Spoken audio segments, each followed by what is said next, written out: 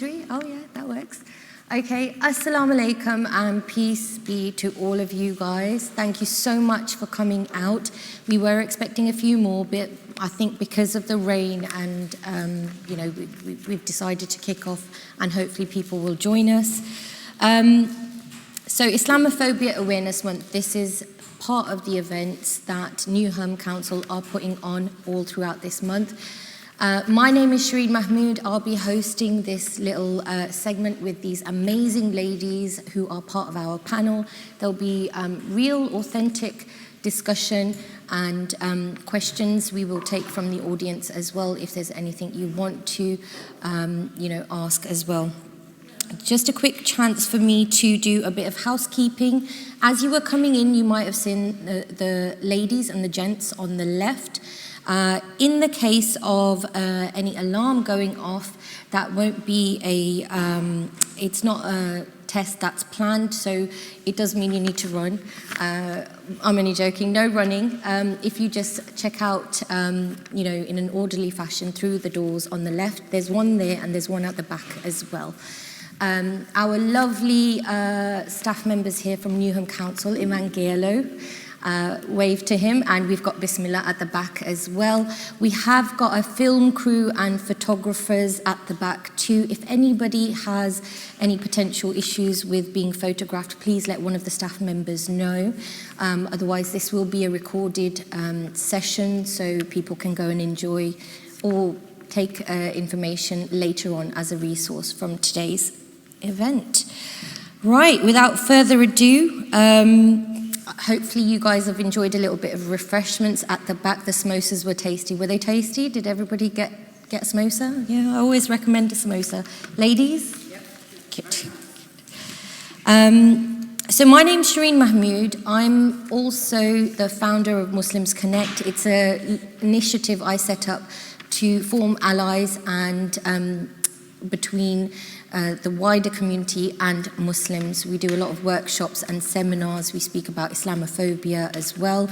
I'm also World Hijab Day Ambassador here for the UK.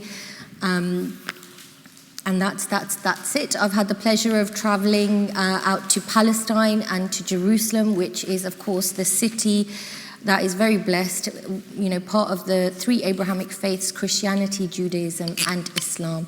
So that's a little bit about me. I'm going to hand it over to our super panelists today. We do have Dr. Amina Yaqeen with us. We have Julie Siddiqui with us and Sufia Ahmed. Apologies are being sent from Sabah Khan, who can't join us because of unforeseen circumstances today. But if I introduce our first guest on the list, it's Dr. Amina Yaqeen.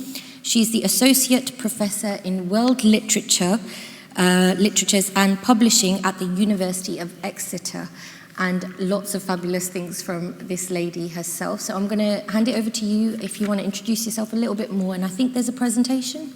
Yeah, there's a short PowerPoint. Thank you. Thank you very much, Shireen. It's real honor and a pleasure to be part of this panel and to be on an all-women panel for Islamophobia Month, and thank you also to Bismillah for all the kind of arrangements and everything going back and forth, and the food is a real bonus. It's been a pleasure. I was just saying this is my first in-person event since COVID. I've done a lot online, so it feels a little bit, it feels really nice and really good to be speaking to a live audience, but it also feels a little bit surreal. I don't know how you guys feel, but thank you for coming and for being here with us tonight. So I was given a brief to just introduce you to me, and I thought I'll give you a mixture of my biography and my academic life. Prior to joining the University of Exeter, which I literally joined this September, I was at SOAS for quite a long time. And if I can have the first slide, please. I originally I was going to say I'm originally from Lahore, but then, where are we? What's original and what's authentic? It's a very loaded question. But I was born and I grew up in Lahore. I had my higher education there first. I did my undergraduate degree And Lahore is, as some of you will know, a post-imperial city. I've got a picture of the mausoleum of the poet Muhammad Iqbal, that's the image on the top left. There's an image from the British Raj in sort of the imperial period, and also the very famous Kim's gun, if those of you who are familiar or have been acquainted with the controversial writer Rudyard Kipling, rather a favorite with our PM Boris Johnson. When he was foreign minister, he got in all sorts of trouble for reciting it in his Kipling's poems in the wrong place. And the last image in the corner there is of women in being kettled and charged by the police during the 1980s in the protests, in the women's protest marches against the Hudud ordinances. So for me, the 1980s was the time that I was really growing up. It was a time of General Zia's regime in Pakistan. It was the introduction of the Hudud ordinances, which disproportionately affected women, and they introduced Sharia legislation to bring Pakistan closer to Zia's ideal of an Islamic state. And there were laws of evidence and laws of rape that required, the most controversial one is that required evidence from 4 adult male witnesses. This legislation disproportionately affected women from poorer backgrounds, and a lot of women spent time in jails, but also it sort of there's a much longer story, and I'm not going to take you through it all, but just to say, for me, women's agency, growing up with that, and in a culture in which it was, I mean, I grew up in a strict family environment. My parents were, my father is a member of the Jamaat-e-Islami, and my, he comes from a Deobandi background. My mother comes from a Wahhabi background. So it wasn't a liberal family. It's a conservative family. So you're negotiating all those things as you're growing up and learning about yourself. And one of the things my father said when I was coming to study to the UK, he said there are few things you will need to learn answers to if you're going to study in the UK. And he said you're going to need to know how to answer the question about the Prophet's wives. You're going to need to know how to answer a question of Islam and homosexuality. And actually, I've forgotten what the third question was that he told me. But that was kind of his reluctant sending away of me to the UK. And I think those things that he said were very important and very true, and it's something that's reverberated and stayed with me for a long time. I think I've sort of learned how to answer and respond to that question, but it certainly gets asked for sure. So I'll sort of move on from my Pakistan years to the next slide, please. This is my book that I've just finished sending the proofs of, called Gender, Sexuality and Feminism in Pakistani Urdu Writing. The image there is by a wonderful visual artist, Naiza Khan, from Pakistan, and from her series called Henna Hands. And this book captures the story of women poets in Urdu, feminist Urdu poets, and the story of progressive writing, which is very well known in terms of the resistance writing in the 1930s, but the story of women's participation in the 1930s is limited to just a few prose writers, and I wanted to open it up to women, and also what happened to that story when partition happened, 1947 happened, and women were taking to the space. Urdu poetry is a very male-centered space. Traditionally, it's also a performative medium. And it's also a huge connector in South Asia and South Asian communities here as well.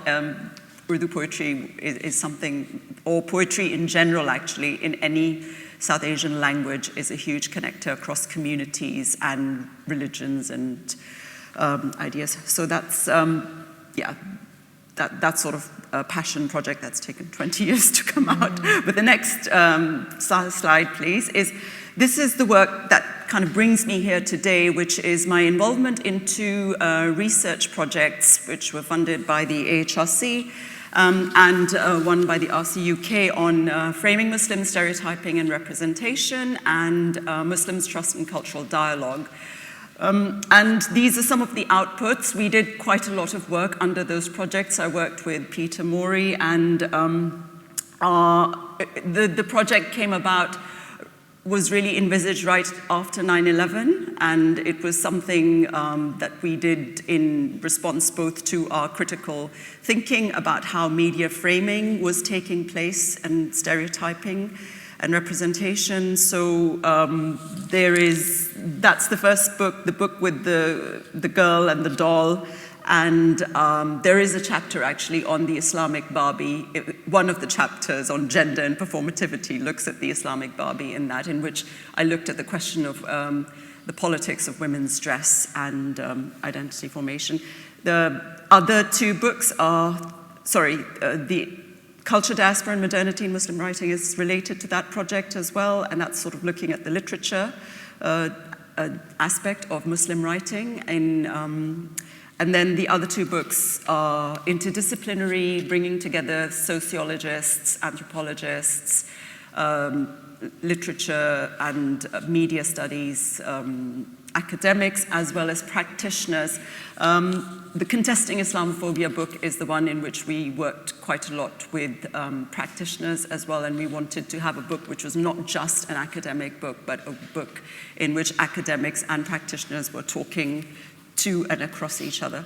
So that's just a flavor of the sort of things that I've done, and Muslims, Trust and Multiculturalism was, the Islamophobia question and the trust and the multiculturalism question were at the heart of the Trust project, so those books kind of capture those things. Sorry, I've kind of gone on for a bit, but I'll stop there. What an amazing sort of project, with so many books at the end of it. Hopefully looking forward to picking up some of these at some point as well. It's very interesting and related to what we're going to be talking about today. So thank you so much for introducing us to yourself.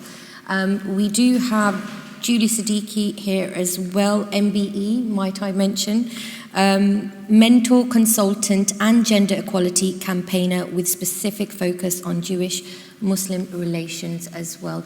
And to be honest, it's a very, very long bio of Sister Julie, and she's done a lot of work within the community. So I'm going to hand it over to you to just introduce yourself for about 5 minutes, if that's okay.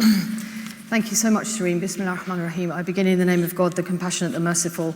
I haven't met Shireen in person, but I felt like I had until she said we've never met in person, but only online. That's kind of how it is nowadays, isn't it? It's weird. But it's really good to be here, and I echo what was mentioned about the organising of this. And I never worry about the people that are not here. I always think about just the people that have made the effort to come. So thank you all for coming, and I'd be very fascinated to find out why you're all here, because I'm sure you're all here for different reasons. But I think I would just say about myself that I've been involved in community organising, working with people from different faiths, working with Muslim women in particular. Later on in my kind of journey, I've worked specifically with the Jewish community a lot, and really trying to navigate that, what sometimes can be quite a difficult space for various reasons, but really rewarding, and I feel very proud of that work as well. And I've sort of almost gone full circle. I found myself in the last couple of years coming back to working with Muslim women and some of the challenges that come with that and some of the amazingness that comes with that. And I guess you can already see by what you've already heard and what you can see that there's no such thing as the Muslim woman. There's no such thing as the Muslim community. It's easy sometimes to put us into a neat and tidy box, but of course it doesn't exist. All of the diversity, all of the amazingness, all of the inspiration, all of the messy stuff that we have to navigate, that some of what we've already heard touched on briefly, which I'm looking forward to digging into a bit more. So I think, and I'll be honest with you, I struggle a bit with the word Islamophobia. I don't really use it that much myself. It's a word that's been around for, before 9/11. From 1997, the Runnymede Trust coined that term. And also the idea of focusing on it for a whole month also sometimes challenges me a bit. But I think when I was invited to come here, I thought I would come. It's good to explore even that. What should our focus be? How should we present these issues to each other? How should we navigate this as Muslims? How should we navigate it as part of society? So I think it's a good opportunity for us. I've been a Muslim for 25 years now. I've just turned 50. Anybody who's turned 50 will know it's quite a milestone in one's life. And my mum kept on saying to me, happy half a century. I thought, okay, mum, that's fine. But it does make you think, reflect, especially I think as a woman, on your life before, but also what's to come and all the exciting stuff that you want to do. I'm very happily married, thank God, alhamdulillah, with 4 children, young adults that challenge me every day. Just when I think I've got my life sorted, my kids come along and make me realise that I really haven't. But anyway, it's great to be here, and I very much look forward to sharing really just some of my thoughts. I'm certainly not representing Islam, Muslim women, or anything like that, just really sharing some reflections and thoughts. Maybe some challenging stuff as well for Muslims, for others. But yeah, it's really great to be here. Thank you so much for coming. Thank you so much, Julie. As you can see, we've got already 2 very powerful Muslim women on the stage. Let me introduce our final guest, and that's Sufia Ahmed, who is an award-winning children's author and contributor in the anthology It's Not About the Burqa. Now that sounds very interesting. Islamophobia, I think, the hijab, a lot of the things that have already been mentioned, these are things that will come up in our discussions. So over to Sufia Ahmed and your presentation. If it's okay, I'm going to stand because I need to project my voice, otherwise you won't be able to hear me. So I've just got, first of all, to echo everything that these ladies have said about the organising, and thank you everyone for coming too. So I'm a children's and YA author, and I'm going to speak from the perspective of stories and how we can process Islamophobia, if you like, through stories and how it should be processed. So my first slide, what I'm going to do is just introduce some of the books that I've written. This was my first book, young adult book looking at the issue of forced marriage. It looks at how it can be an issue, but overturns the idea that religion is at fault. So if you were to go to the supermarket, maybe or any bookshop, you'll see lots of books with front covers of veiled women, burqa women, and the word oppressed, and the whole sort of stereotype, if you like. And I wanted to challenge that, the idea of women being shown like that. I mean, forced marriage is an issue that does happen in the South Asian community. It's not just the Muslim community. It happens in lots of different religions, lots of different parts of the world. But this book just focuses on one British South Asian character. And I wanted to write about it from, my character begins as a victim, but it's an empowering story about how she overcomes that. So she's very much a British Muslim, if you like, portrayed in that story. And it makes it clear that forced marriages come from man-made culture. It's patriarchy that is responsible. And that's suitable for 12 plus age group. And women also read the book as well. It's done the transfer just because of the subject area and people are so interested because it's such a topical issue in newspapers. Can we have the next one? This is just my picture book. It's about a kind monkey and a crocodile, so we'll move on from that one. And this is a book that was released last year, and I've been heavily promoting this one. So this book is about the World War II heroine Noor-e-Nissa Inayat Khan, who was Prime Minister Winston Churchill's SOE spy. She was British Muslim. If anyone's heard of Tipu Sultan, the rebel leader in the 17th century who fought the British invasion through the East India Company, she's his great-great-great-granddaughter. So rebellion, is in her blood. So I always stress she was British because she lived during the British Empire. Everybody was British at the time. She's of Indian descent and a Muslim. And she's a role model for children. She's somebody who signed up, in the war effort, was chosen, one of 52 women that were chosen to become special spies, SOE agents for Winston Churchill's small group of spooks and was trained as a radio operator and sent to Nazi-occupied France, where she had to send secret messages back to London. So this character, Noor-Nissa Inayat Khan, I go to schools, do lots of school visits, and talk about her and say, this is a Muslim woman. Think about her as well. And we've got Remembrance Day coming up, so it's where we're really doing a lot at the moment with her. Next slide, please. And this is just released this year. It's about a foster girl, Muslim girl who's in foster care, and it's about pranks and mischief, so we don't need to talk about that one either. We'll skip that. So those are some of my books, and this one is coming out in January, on the 6th of January, which is about Princess Sophia Dilip Singh, not a Muslim woman. She was Christian, but great-granddaughter of the last Maharaja of Punjab, Maharaja Ranjit Singh, and she was a suffragette. She was Queen Victoria's goddaughter. And again, an Asian woman who's kind of hidden in history. No one really knows about her. And we're using books to bring these stories out, to bring these role models out, if you like. So that's my new book coming out, so I just plugged that. So Confronting Prejudice Against Muslim Women. As a writer and activist for girls' rights, I talk to pupils about stereotypes. Secrets of the Hannah Girl challenges the idea that faith is at fault and it's backwards. Noor-Nissa Inayat Khan is a Muslim role model. You can't get more kick-ass than being Churchill's spy.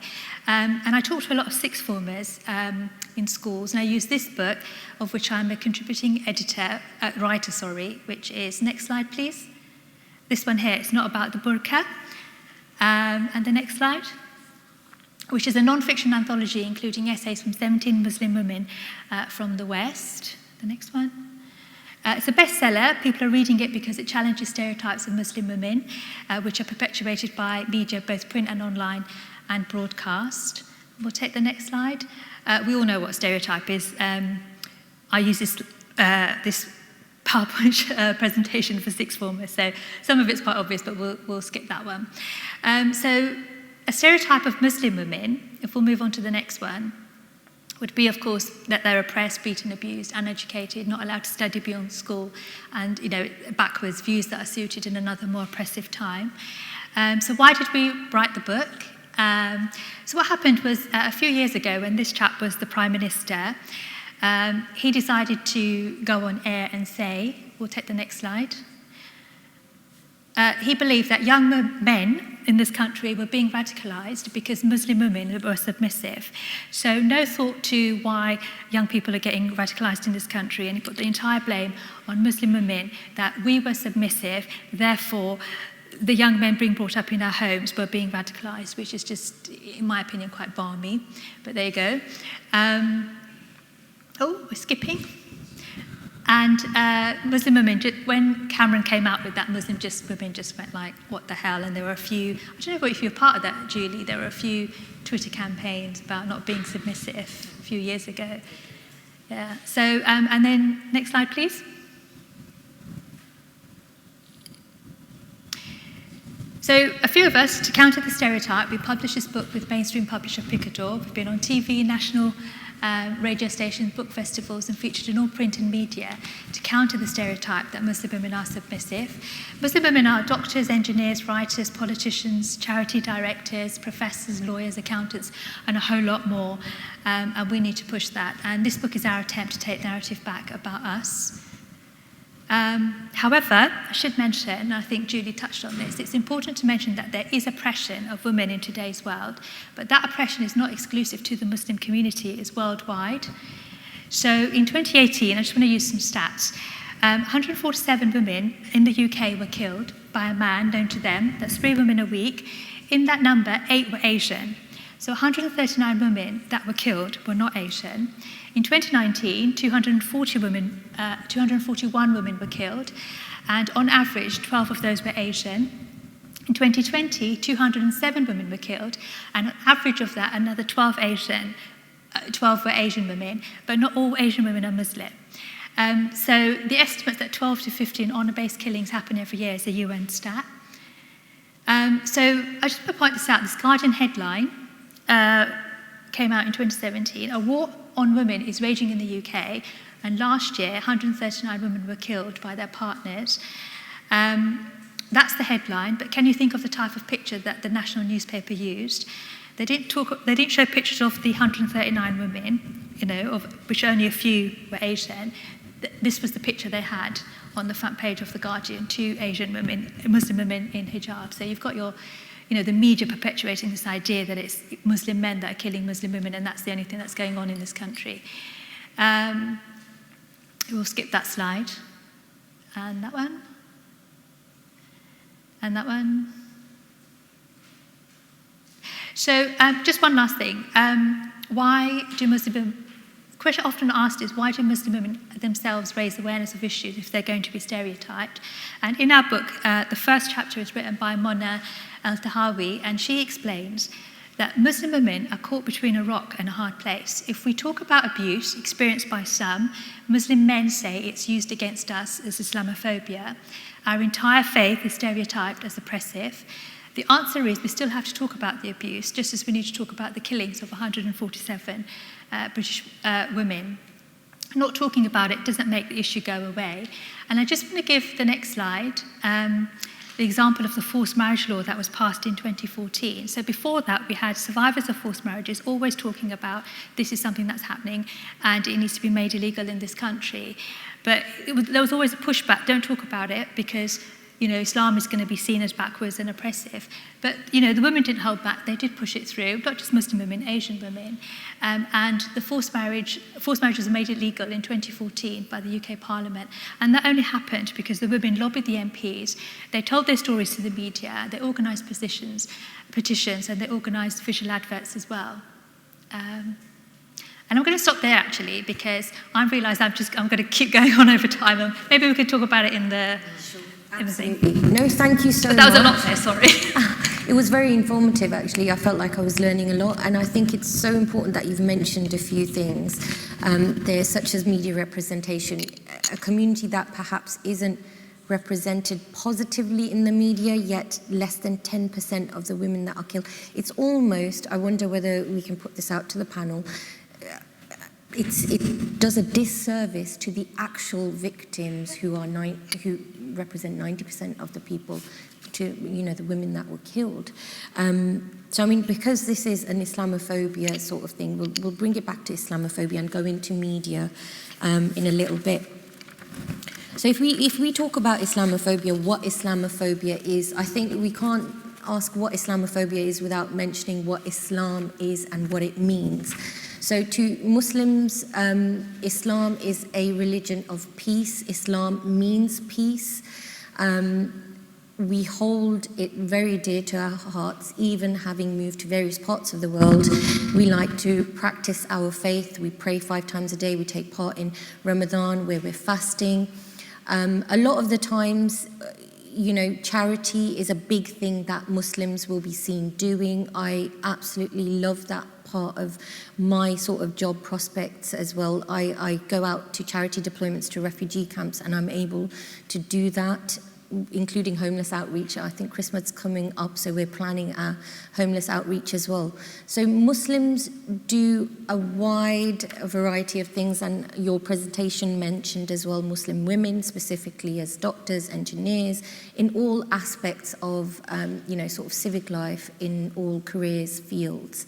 Islamophobia, when we're talking what is Islamophobia, I know, Julie, you said you find it difficult to talk about Islamophobia. It's almost like because it's a negative angle, perhaps. Is that what you're thinking? No, I'm not sure that people necessarily have a phobia. So I think there's a lot of fear. I think there's a lot of misconceptions. There's a lot of stereotypes, as has been mentioned. But I don't necessarily think that can always be seen as a phobia. Right, I see. That's what I meant really by that. But I think, in a way we can get hung up as well on definitions and what it means. But I guess for me, it's about what are we going to do about it. And so that was really it. It wasn't so much... Solution-based. It's not so course. much about not focusing on the issue. It's about... Yeah, I'm just that not keen on the word necessarily. Exists. It's funny you mentioned that, because I'm just going to read out the definition of Islamophobia on the MEND website, which is the Muslim Engagement and Development organisation that, I think is behind the Islamophobia Awareness Month. Islamophobia is a prejudice, aversion, hostility, or hatred towards Muslims and encompasses any distinction, exclusion, restriction, discrimination, or preference against Muslims that has the purpose or effect of nullifying or impairing the recognition, enjoyment, or exercise on an equal footing of human rights and fundamental freedoms in the political, economic, social, cultural, or any other field of public life. I feel like I'm back at school with that. There's a lot that encompasses, and I think that's why they tried so hard to push through this definition, because in reality, lived experience of a Muslim in this country, in the UK, Islamophobia can be, in any place, workplaces, schools, institutions. Unfortunately, Islamophobia has been on the rise, especially since 9/11 and post that. I've got a statistic here that I wanted to mention. Statista.com. There were 1,150 Islamophobic hate crimes recorded by the police in London alone. So that was 2019 and 2020. And a few years prior to that, I think it was 2016, there was 246. So there has been a big increase. So I really, appreciate the chance for us all to get together and talk about the solutions or what we think we could be doing. So if I ask the first question that I've got. When are we going to do our presentations? Are we going to do our presentation? I haven't done my presentation. Are we going to do it? Yeah. Just to talk. Have you finished your presentation? I thought we were just introducing ourselves and then we were going to go into our... That's why I kept mine so brief. Yeah, let's get you. Yeah. I haven't got a PowerPoint, but I have got some notes I'm going to try and stick to. So I'm also going to start with stats, actually, funny enough. My husband would be very proud, being a social scientist, nerdy and all of that. He loves stats. I don't always talk about stats, but I thought it would be relevant to talk about this here today. So up to March 2021, the number of hate crimes overall in England and Wales was roughly 125,000. I've rounded these figures so that it's easier for me to say them rather than going into lots of little numbers. But roughly about 125,000 overall hate crimes reported in England and Wales up to March 2021. Now, of course, what has been always said with these things is a caveat that, of course, a lot of people don't report, of course. A lot of people, and there's also a sense that actually reporting of crime in general has got better because police are monitoring things better, etc., etc. So taking all of that into account, just remember that figure, 125,000 altogether reported. Of those, religious hate crimes, so that's really what we're talking about today, specifically focusing on, religion being a part of that crime, specifically after something someone said or did, is actually down by 18%. It's down by 18% from 6,800 to 5,600, and that's the second consecutive year that it's falling. And I mention it just because what I wanted to try and do today was talk about the issues, but also bring some perspective and also think about what we can do to deal with and challenge some of this stuff. Now, of course, one crime is too many, but again, it's just for me about perspective. So 125,000 in total. 85,000 of those were based on race, which is a very, very high figure. And those figures are actually going up, not down. 5,600 on religion, as I said earlier. 17,000, these are from the Home Office government website, by the way. So 17,000 connected with the sexual orientation of someone, 9,000 connected with disability, and 2,600 connected to specifically transgender is now managed separately. And so in terms of religious hate crime, I just wanted to put it in perspective, because it can easily be that we start to think that everybody perhaps is against us and, everybody is committing all of these crimes. And actually, horrible as all of these crimes are, because there's a person or people or families behind all of these crimes, we just need to keep it in perspective. And actually, I think it causes food for thought about other types of hate crime and what are we, as Muslims, as others, doing about those as well. So I just wanted to put that there. And of course, just under half of religious hate crimes are against Muslims, 2,700, and the Jewish community, which is tiny. So just keep that number in mind as well. So there are about 300,000 Jews in this country, and of the hate crimes that were committed up to 2021, 1,200 of them, so 22% of them, against that tiny number, and we as Muslims are about 3 million. So again, I'm just putting it out there for perspective, so that we can think through rather than just get too hung up on one thing, but forgetting the bigger picture. Now, anybody who's suffered openly, an open hate crime against them knows how horrible it is. I won't ask anybody here how many of them have, but maybe everybody has in one way or another. And I'll tell you a story about one incident that I had. In 2018, I was on the motorway, M25, going to see my mum and my sister, who were both in hospital, very ill at the time. I was just coming up towards the junction. I had that hospital on my mind. And we were moving on the motorway. A car pulled up beside me, 5 men in the car, and they slowed down deliberately and pulled down the window and made explosion and kind of horrible gestures and things to me. So I thought, okay, because of the traffic coming up, we started to slow down. I was able to take my phone out and take a photo of them. The guy who was driving saw me do that, didn't like it, and pulled in front of me. We're talking about a moving motorway, stopped on the motorway, got out of his car, came over to my car. Thankfully, he couldn't get into the car, realized he couldn't, got back in his car and drove off. Left me shaking, upset, whatever, but I had to sort of put it to one side because of my family challenges. So that's just one example of things that happen. There's absolutely no doubt in my mind the way they acted, and it was because I was wearing a headscarf. When I reported it to the police didn't understand it. The guy on the phone, I'll always remember it, didn't even, couldn't understand why I was even probably telling him.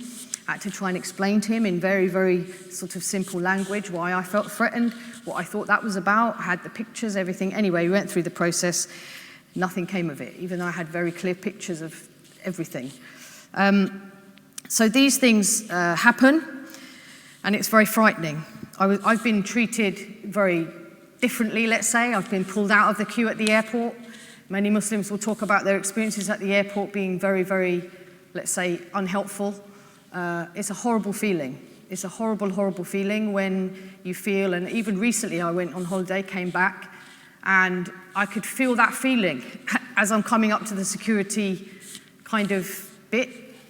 The rest of it's all online and it's all done, but you still have to go through that bit. And there's something in me that just thinks, oh, please, I just want to get through this now. I don't want, it's a horrible, horrible feeling.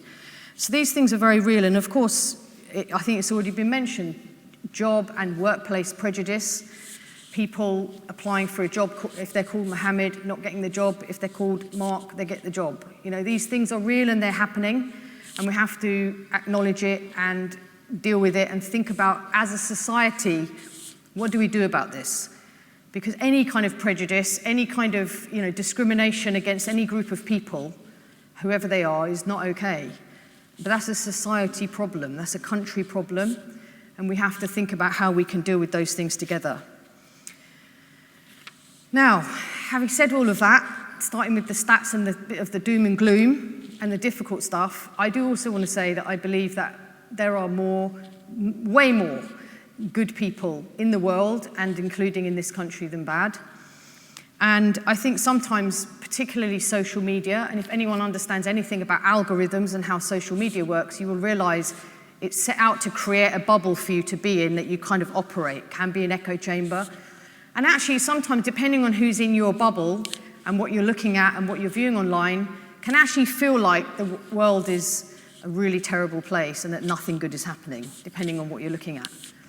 And again, I think we have to just be aware that it's not the case and that there's far more good than bad. I've got a very good book recommendation that I'm literally reading this week by Jane Goodall, the just amazing, inspirational environmentalist who's been at it for 60 years. And her book is called what? The Book of Hope. So this is a woman who went out in her early 20s, is now in her 80s, is still at it, week in, week out. And if she can produce a book called The Book of Hope and go through what is hope, why do we have to have hope, what is happening in the world, not just about the environment, but in general. I think if it's good enough for her, then it's good enough for all of us. And I think that as Muslim women, talking specifically about Muslim women, we can and are actually, I would say, playing a key role in changing the stereotypes, challenging the status quo, doing things differently, and doing, as Shireen already mentioned, charity and so many good things in this country to try and challenge, but also to just do what we think is the right thing to do by living our faith and keeping it in action. I just want to mention 2 examples, again, just to keep things in perspective, I think especially from a Muslim point of view, meaning for Muslims that sometimes it feels like, there's so much discrimination, but that, we have to, again, I say, put things in perspective. So I'm just going to give you 2 things that are hot off the press for today. You will have heard about them, you will see them perhaps. If you haven't, then please look at them when you get home. So one is the cricketer, Azeem Rafiq, who was in part of Yorkshire Cricket Club, a key player there, and that he complained for a number of times actually over a number of years about bullying, about discrimination, about him as a Muslim, as an Asian player. And he actually complained a number of times, and a lot of it was just sort of brushed away. Eventually it was taken seriously. The reason it's hit the headlines today is because the Yorkshire Cricket Club have said, in his particular case, on one of the elements of it, that using the P word, you can all make up what that is, was just used as friendly banter. This is a guy who has complained so many times, has felt suicidal, he said, over years of treatment and bullying, and the Yorkshire Cricket Club seems so off-piste that they can't acknowledge what he has said and the impact it's had on him and try to dismiss it. Now, thankfully, so I raise it here because it's discrimination, and that's what we're talking about, but I also want to raise it here to say, have a look online at the response from society today in support of him. Whether it be Sajid Javid, the Home Secretary, or Nick Ferrari this morning on LBC, and loads of other people, supporting the cricketer to say, this is ridiculous.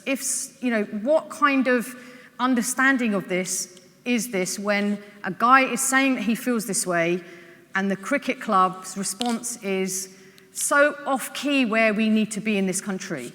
And if the England Cricket Board are saying that everybody needs to take the knee, you have to understand, we all have to understand, it can't just be a gesture and an action, it has to be backed up. So that's very embarrassing for the England Cricket Board, and they will also, I think, come down hard on Yorkshire Cricket Club. But I mention it because look at society's response to give us hope that actually as a country, yes, there are so many issues. We know prejudice is real. We understand that we've got so many things that we need to deal with in this country.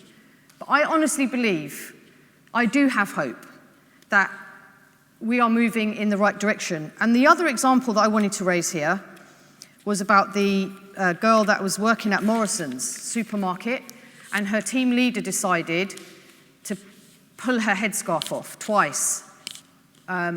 This is a team leader. I mean, it kind of, it beggars belief perhaps, but it does happen. Of course, lots of people will give these examples.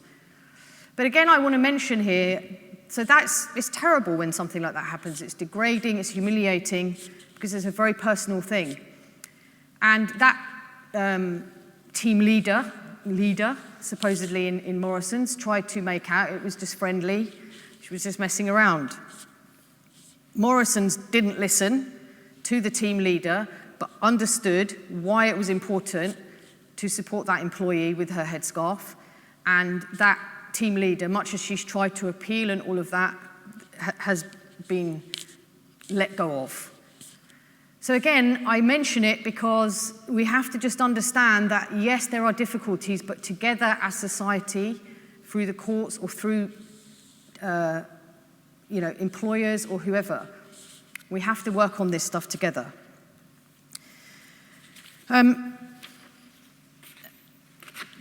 I just want to say as well that, again, it's about perspective. I don't for 1 minute think that, the examples that I'm going to give now, I would say, give us very positive examples of Muslims in public life. Sophia's touched on it briefly.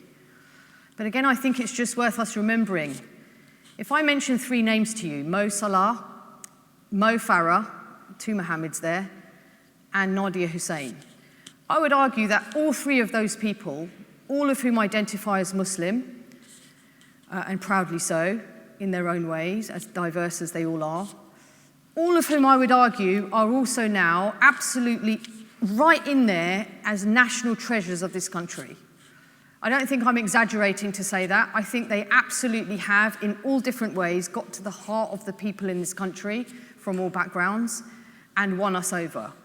Now, I'm not for 1 minute saying that you have to be the top Premier League goal scorer or win 4 gold medals or win British Bake Off to be seen as a good Muslim.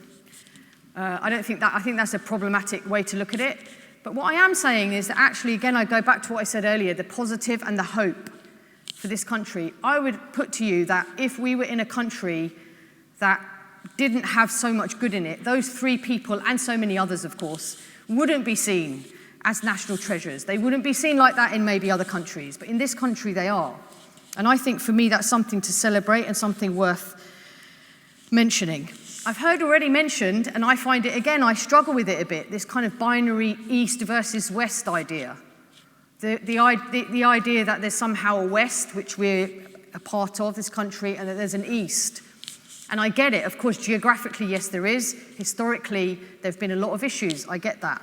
But I just think that, and stereotypes, racism, all of it comes from some of that stuff. And, we've already heard and seen academics studying it in brilliant ways that's very helpful.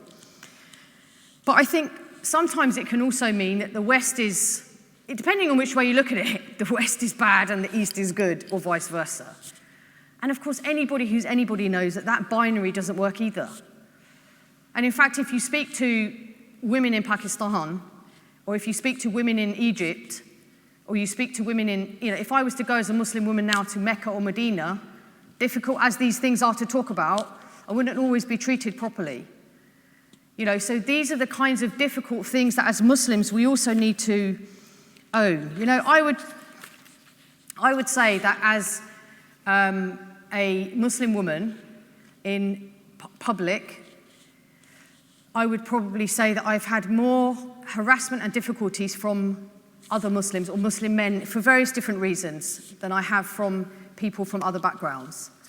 So I mention it because, and I'll just finish in a couple of minutes because I was given 10 minutes, but that Khalid Latif, who is an imam in America, I'd recommend him if you haven't looked him up. On the 7th of October, he said this: "Someone asked me recently how Muslims can combat Islamophobia on a local level.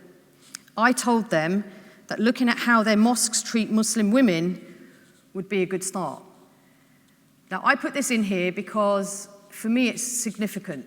I think as Muslims, we have to work with society to raise the issues that we're talking about today about Islamophobia and how other people perceive Muslims and the stereotypes and the racism, or call it whatever we want to. But I do also think that as Muslims, we know that we have our own stuff as well. And one thing I do know is that if we can own our own stuff, difficult as those things are, as the Imam is doing very rightly here, then actually we are more respected and more understood by everybody else. And together we can then think about how to talk about these issues. Sophia mentioned it as well, we have to also own our stuff and not pretend like it's not happening. And as Muslim women, we're very often stuck in the middle, as has been mentioned. And we get it from all sides. And I think what that has done, I'll finish on this, is it builds a resilience. I always say that working in Muslim communities and with interfaith communities and others, as a woman, my skin has become very thick. You have to, develop this resilience to navigate all of these different things where we're having it from all sides. But I think that, the more the title of this talk, I think, was around sisterhood. And sisterhood for me is important. Sisterhood, not just with Muslim women, but other women as well, from different faiths, different backgrounds, to challenge some of this stuff together, but also move forward, as I said, from Jane Goodall's example, the Book of Hope, move forward with hope and positivity and choose that as a way to go while also acknowledging that we do have issues as well. I'll finish there. Thank you so much. I think that was a very passionate, view and experience, and so many sort of things that you've mentioned there and incidents that have happened, including the cricketer to the, hijab being pulled off at Morrison's. And again, it does, I love the passion that you have for the solution-based and, the hope. And we have to, as a society, we have to have hope, which is why events like this, for an open community discussion is so important. Islamophobia, unfortunately, does exist. Racism is still very rampant within institutions.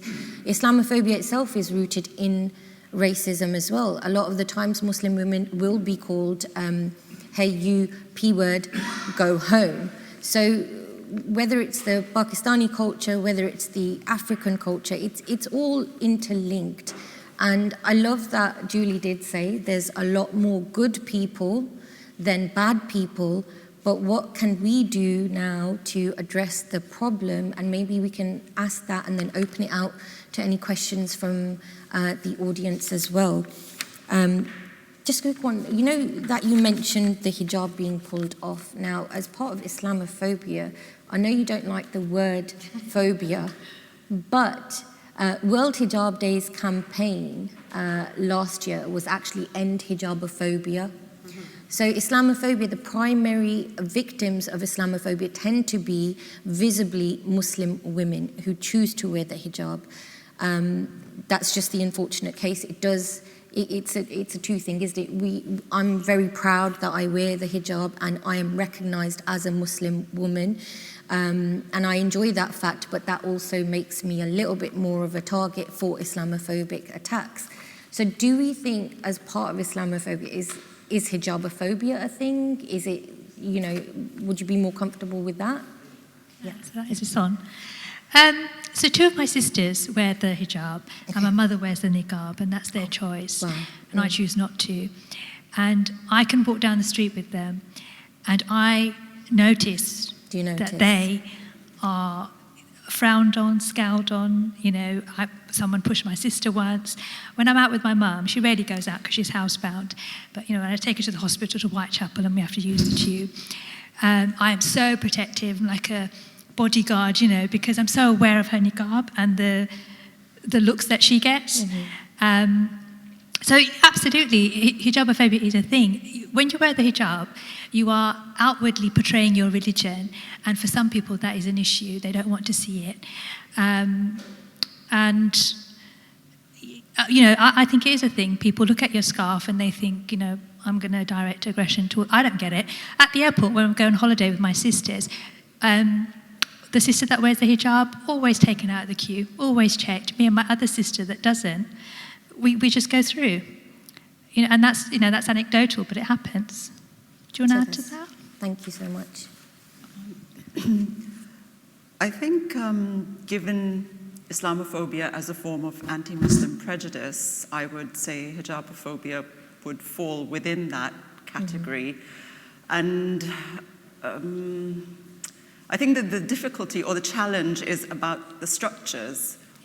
How do you want to change? Because the hijab, you have those kind of reactions and responses in the UK. You have Europe-wide a huge issue with the hijab in France, in Switzerland, in the Netherlands, in whichever country you've seen. In France, it's directly brought up as that divide. I mean, Julie mentioned the East and West divide, but over there it becomes that difficulty between the values of the Republic and the values of that are attached to the religion and the hijab becomes this kind of symbol of the overall communities. So it's definitely present and it's definitely there. And I think what I would say is that we need to look at the law and the structures of society and democracies. So when we say we're living in democratic nations and democratic states, what does democracy actually mean?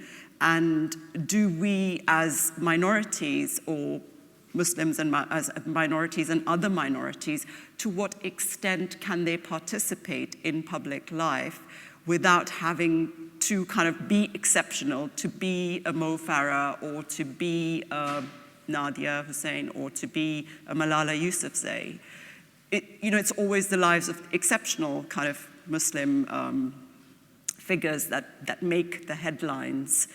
And therefore, it's, I suppose, at the everyday level where people don't report hate crime, they don't get taken seriously by the police. We know there's a problem with the police in terms of stop and search, which affects Muslim men and also has affected a knock-on effect on Muslim women as well.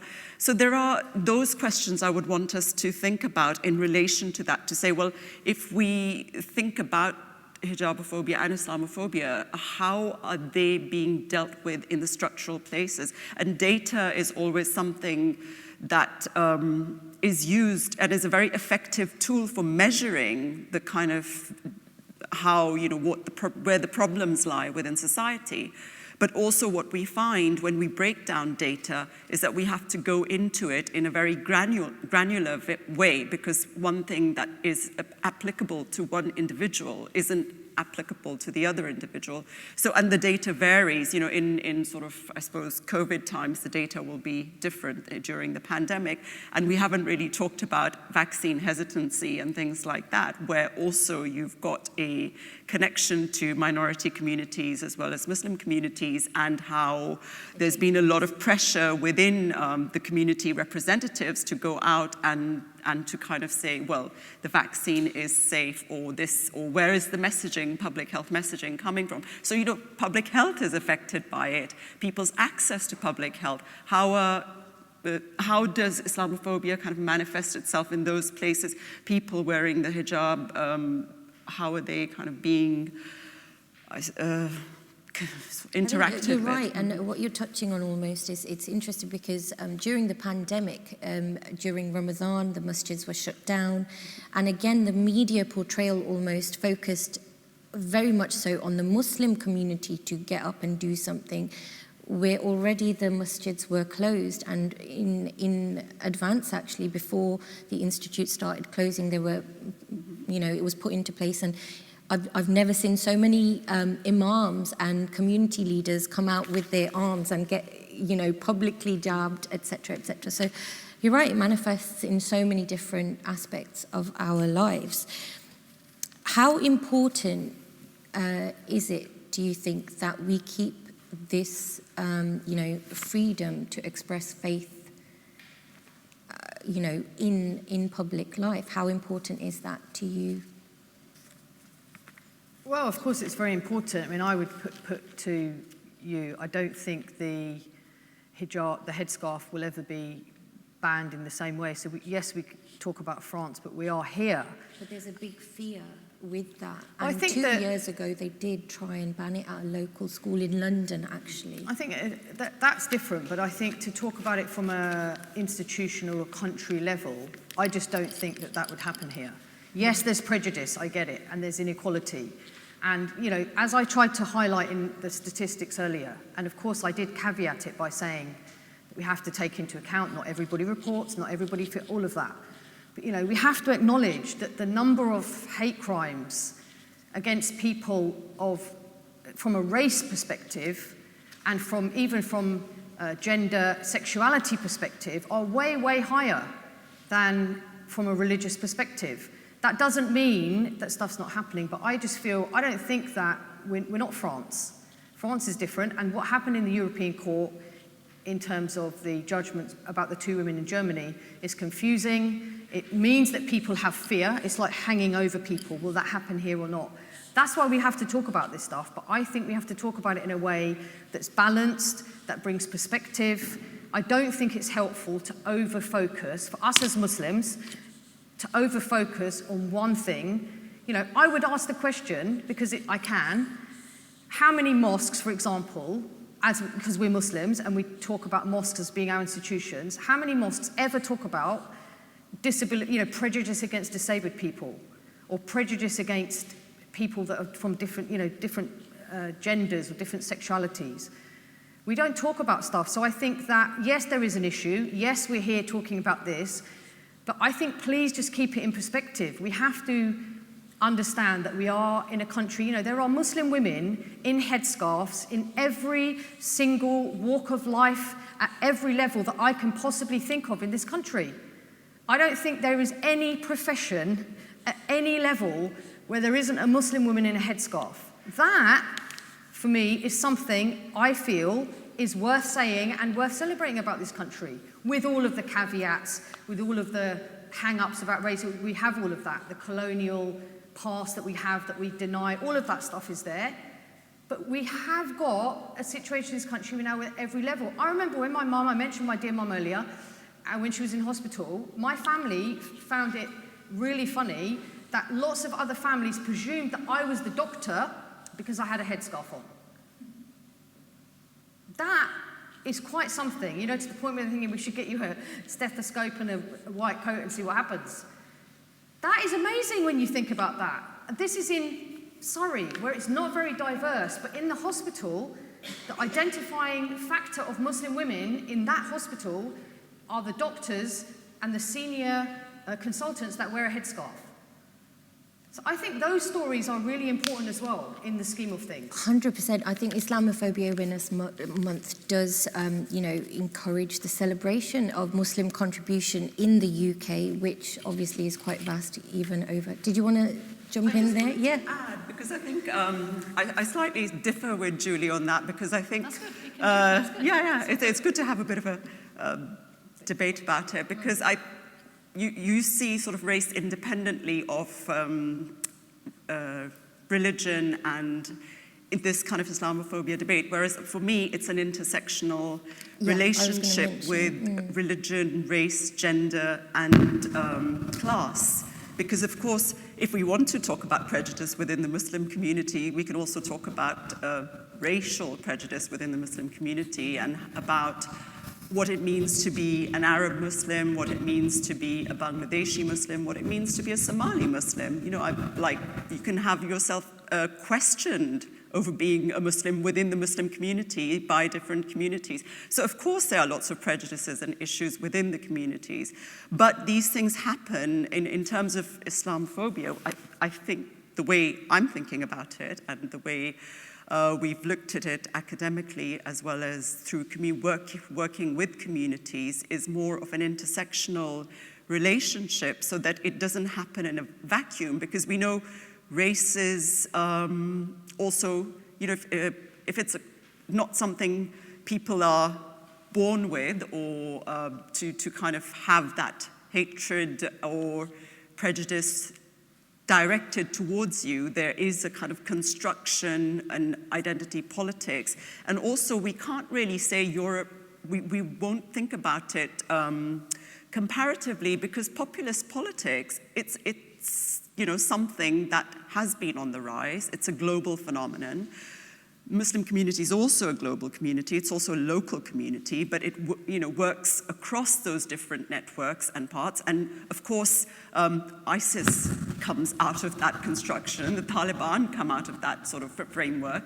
We have the global international war on terror, and how it's, you know, these contexts, historical contexts, have had ramifications. We've got also to think in this country about the prevent duty as well, and about securitization and also safeguarding, which has, I mean, there is the logic and the argument that prevented people from radicalization, has saved Muslim communities, and there's also the on-the-ground experience of those young people who are experiencing prevent and experiencing the negative effects of safeguarding and of actually being racialized and recognized differently than their counterparts who are not of that racial or connection. So how it's very hard then to separate it and to say, so I'm not saying that we don't recognize the good, and we don't, and definitely, you know, also Muslim communities have to ask questions of those different nations that make up the Muslim community. You know, we've got to like Nigeria and Boko Haram, you know, Afghanistan and Pakistan and Taliban and all these things, you know, they have to be engaged with, but not just those things, but also what the states do within those, what the Islamic states do in relation to global politics and how that global politics interacts with local politics. So for me, it's a kind of much bigger question, and I think people do experience that. And it becomes, I mean, I would say that when we did the Framing Muslims book, just in the immediate aftermath of 9/11, we didn't really think that what we were doing in terms of how the circulation of stories, news stories, and stereotyping was creating this representation and framing. The kind of idea of framing was very much what we were talking about. This frame analysis, which said, well, Muslims have this identity and they kind of exist within this identification. So it makes it very difficult in terms of self-representation and self-stereotyping to step outside of that frame. And we were interested in exploring that. And it's sad, you know, that things got worse. They didn't get better in terms of those, that there is an Islamophobia industry, sadly, that kind of feeds and is kind of funded. So it's those sorts of questions, I think, that become also as urgent for me to kind of put in the debate in there as well. I think it's very important, valid points raised there. I think if we're talking about perspective, I remember my daughter coming home at age 8. I think it was maybe 7, 8 years old, and Trump had just announced his Muslim ban, etc. And it's funny because, and unfortunately, what happens in France, Europe, and America, it does come over to the UK as well. And she came home and said, "Mom, are we going to be banned from the UK as well?" So it's sometimes very, very important for us to have these discussions, not just as a community, with our children, with the next generation, because what I see happening, unfortunately, is the next generations are stepping away almost, unidentifying themselves with their faith or with their cultures because they want to stay away from the potential racism, Islamophobia. Obviously, racism, we can't choose our skin color, but you know, stepping away from the whole Islamophobia, and it's that fear, isn't it? So unfortunately, this is the case, and I'm glad that we've got so many, you know, lovely faces in the audience. So we are going to hand it out to you guys. If you have any questions from our lovely panelists here, you're more than welcome to ask. Any questions in the audience? Do we have from the lovely lady? Hi. I'm a disabled activist, and I'm a Muslim woman. And I'll be honest with you, I feel I've achieved a lot, but I've had a lot of struggles. And I do understand what you said, Julie, about the goodness in the country. There is a lot of goodness, but there is a lot of badness as well, because I've lived it. And not just me, my family have. We've lived through an arson attack. We've lived through disability hate crime. We've lived through Islamophobia, where somebody sat next to me and said, "Get your headscarf off." So I've had a lot, and I also support a lot of other disabled women.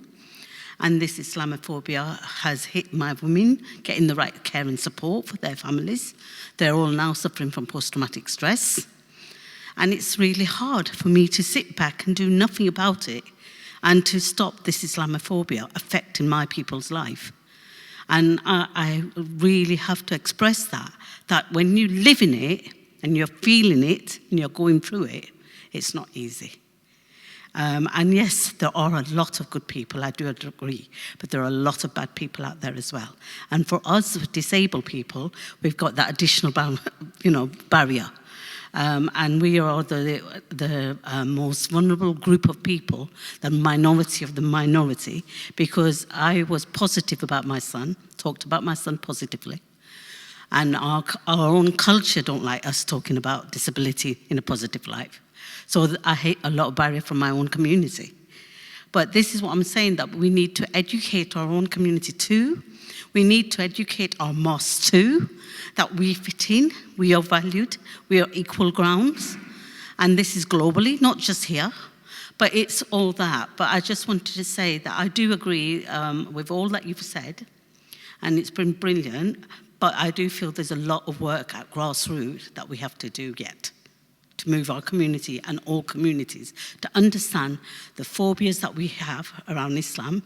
Islam is a peaceful religion. Islam doesn't mean war. But the wars around the world publicizes really badly that that's all we believe in. And we've got to change that attitude. Thank you. Absolutely. Thank you so much. And it's interesting you mention a lot of the, the wars and the current affairs around the world, although the Muslims are perpetuated in the media as the aggressors. It's actually the humanitarian crises. The most refugees are actually Muslims, unfortunately. And, do we have another question? I just wanted to add something really, and thank you for saying that as well. In terms of Islamophobia as well, I think, I know it's a buzzword now, intersectionality, but I will still come back to it, and it's so important as well. Like, we know that Muslim women are the most marginalized women, especially in this country as well, and us as Muslims need to think about it. But in terms of also raising awareness, in putting in resources, like go from Whitechapel, we live in East London, how much is the government putting it in? And my heart really cries out, when you see domestic abuse services, courses which should be promoting English language, which used to be free, all of them are getting erased as well, like for Black and minoritized women. And that feeds to the phobia again, like, poor, deprived, and I acknowledge we are doing well, and Muslim women in the hospitals is like a positive stereotype, but there are like awesome victim survivors, common women who walk on the ground, disabled, with their headscarf, not privileged like us, but still they will face Islamophobia, and they face, of course, gender violence as well within their own community. So these are like multiple barriers we face as well. And the state as well, what is it doing? These are the questions which we really need to take on board, because much as Boris Johnson or David Cameron will talk about Muslim women and being submissive as well, they are taking out these resources as well, which are so vital for communities to survive. So just wanted to raise that. I think poverty sometimes is so much missed out that we presume someone who's in the UK from South Asia, they are like academics or doctors. I have worked in the community, I know what happens as well, and it's just crumbling down as well. And at the same time, we have to be positive, and we need to also think about what we can do, of course, not expect the state to help us with everything. So like you see these families of intergenerational violence and trauma in poverty replicating again and again the same things, and we just need to think about how we move on, and that brings in back to the stereotypical image of a Muslim woman, like oppressed and submissive.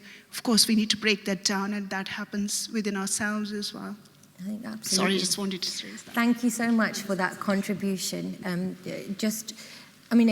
Newham Council have put on this and a series of events. If you do check out the website, I've been given the website as well. So please do keep an eye out on what else is happening. It's important for us to have these forums and have the chance to speak to councillors, maybe perhaps next time.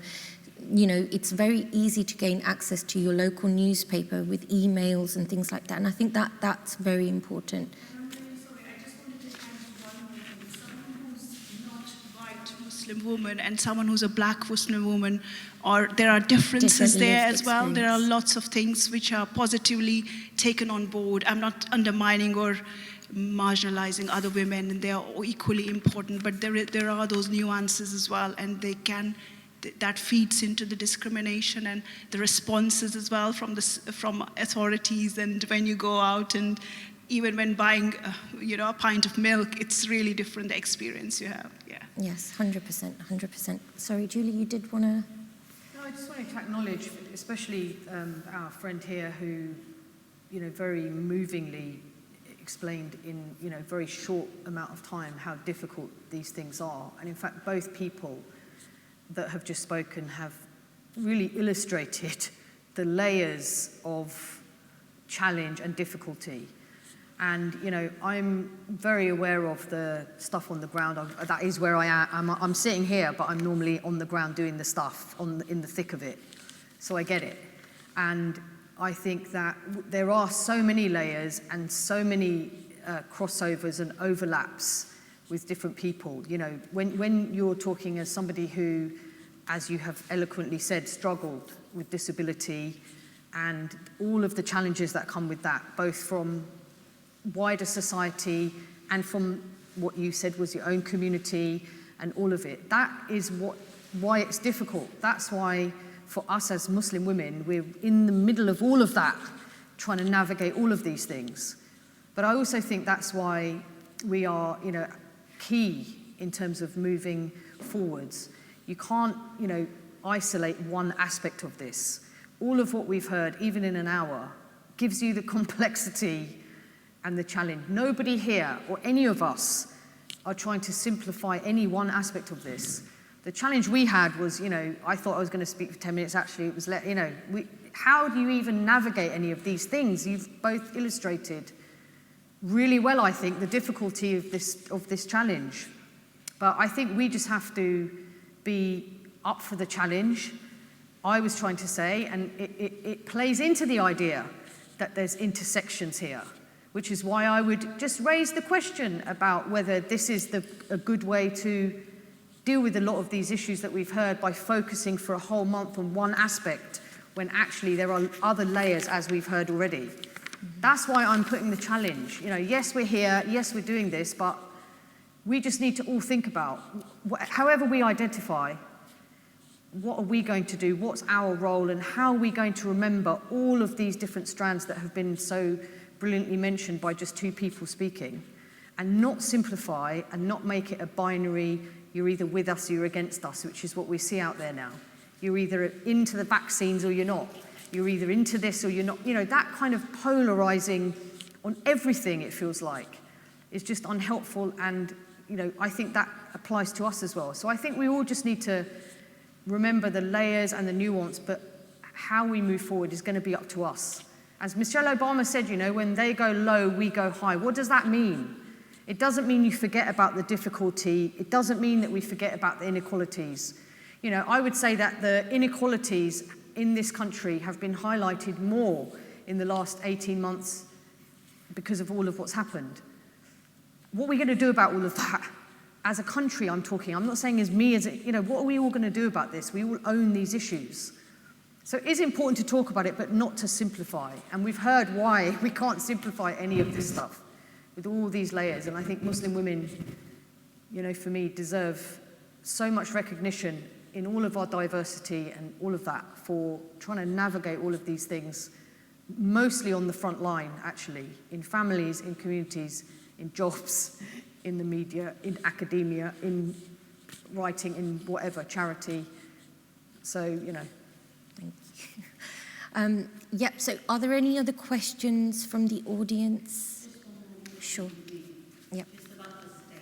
When the state is against you, which is in our case for some of the women that I support who have hidden disabilities, not visible.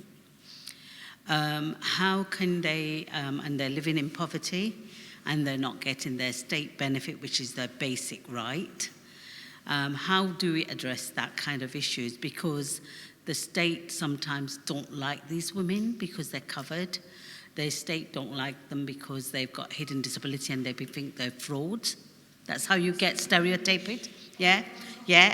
Or they have English as a second language and they say, well, they've lived here, they've got to speak English, but they've got a cognitive impairment. They can't remember it. Some of my women have gone to English as a second language classes, but they can't remember how to speak it now because of their cognitive impairment. So are you saying that you're not going to support them? What do we do about these kind of institutional racism, I call it Muslim Islamophobia, I call it disability discrimination. How do we address this? How do we change this attitude towards our women? Thank you. Thank you so much once again. I think, for me personally, I wish I was a Prime Minister at some point so I could fix all of the problems that we have, honestly. But that would be perhaps my cheesy, naive side that, we've got a magic brush and we can brush all of these away and we can all get on in a peaceful world. But like Julie's mentioned, there is hope. I would encourage people to, directly actually complain to the services that you're trying to, access, and you're getting that, and put that down on paper that, actually we feel it's because of this, and they have to then take that forward. You write to the newspapers, you write to the councillors. Perhaps there might be some more events, I think, coming in the coming month, where you might have access to counsellors. With Islamophobia Awareness Month, I'm in London today, I'm in Birmingham towards the end of the month, and we're having again another panel discussion. Today, I think they had counsellors and West Midlands Police attending in Birmingham as well. So there's always, I think, the hope that we can at least lobby our governments. Anything that has worked out in the past, whether it's the suffragettes or whether it does take a lot of energy and effort on our part to actually do something. And I always like to say that, I might not have the individual capacity to save the whole world or end world poverty, but what can I do in my capacity with my skill sets and my contacts? And if I haven't got those contacts, let me go make those contacts. So the onus, unfortunately, does come back on ourselves and the people that we elect into power. And we do, I don't know whether you guys saw Greta Thunberg was up in Scotland, and she had a very interesting sort of sing-song about, what was very important to her, but it's about us having to take back the control, I think, and push forward.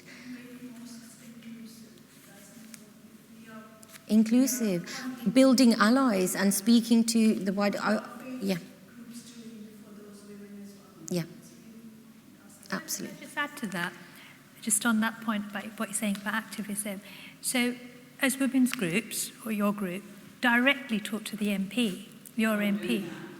You have to do that, because the MP will go to the mosque for votes, and they'll go, at other times as well, and they will only talk to the men because we're not allowed in, or we're, somewhere else upstairs, or we're just not allowed to be in front of the MP. So if we don't have access through our own community, through the mosque, we need to build our own on the outside. Just constantly. Who is your MP? He is brilliant, because I used to work for him. There's your contact right there. There's your contact. I used to work for him. He's learning a lot from me. Yeah, it just... about women with English as a second language. And, yeah. He's making him accessible and inclusive, saying I need interpreters. Yep. He does it for me now. Yep. Where the mayor, they all made that voice. Oh, no, Robin wouldn't do anything. Sorry, I'm in Newham, but Robin... But you've got a new mayor now. Roxana, so, but the MP would be the person to go for, and I would go... The MP more because these are parliamentary issues. Yeah. They need to be changed out parliamentary. Yeah. I think definitely. I do want to... have a problem with the Tory party not acknowledging, well, actually thinking Islam is a threat to the British way of life, so... wow. We don't have time to go into all of that now. As if you ended on that one. Well, we need our political parties to also take some ownership and accountability on board to not just keep passing the buck to the communities all the time. It is a partnership. Communities work in partnership with local governments work in partnership with central governments, but we seem to be at a very kind of interesting stage. Yeah, absolutely. I just want to say a special thank you to our lovely panelists, amazing women. Please do connect with them online and, check out the books, the amazing work that you guys are all doing. And a special thank you to all the guests who have attended, even though it was cold and rainy today. And a special thank you to Newham Council who have put this event on. Please do check out the website. It's www.newham.gov.uk. So you know, today has been about Islamophobia, and it's important to have these conversations. And I hope a few of us have I've learned a few new things. And I hope we can go away and perhaps talk about this with our friends and family, workplaces, our academic institutions, because, you know, the future is what is at stake, and we hope that, you know, all forms of discrimination and prejudice we can sort of stamp out, hopefully. So thank you so much. I think we're ending the event here. If anybody would like a hot drink before you go out into the cold again, you're more than welcome. There's still samosas at the back as well, highly recommend. Shirin, could you just add, I've got some copies of books if anybody wants to buy them. Okay, I'm gonna we've put them got on copies of display here. books. Yes. Burqa and Henna Girl. I've got them. The Henna printed. Girl, okay. Yeah. Do you want So it? if anybody wants to check out the books, so come by Safia Ahmed, I'll just yes. put them out there. Not the kids' ones, the Henna Girl and... The Burqa. It's not a burqa. Oh, okay. Right, so if anybody wants to purchase any books, please do just come up to the front. Thank you so much.